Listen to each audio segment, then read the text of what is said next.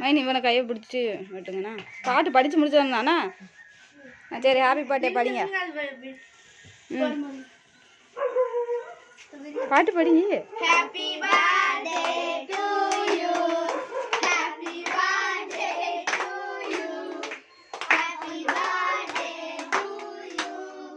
Happy birthday to you. போ முகுத்து கையம் இதுல பாட்டு படிக்கவே இல்ல. அண்ணா படிக்கலாம் மைனி. நல்லா இது எல்லாத்தையும் ஓடு. ஓடாதல. நொட்டுங்கனா. அதை எடுத்துருமே. எடுத்துருங்க. இது அத்தை இப்படி இப்படி கைத்திய.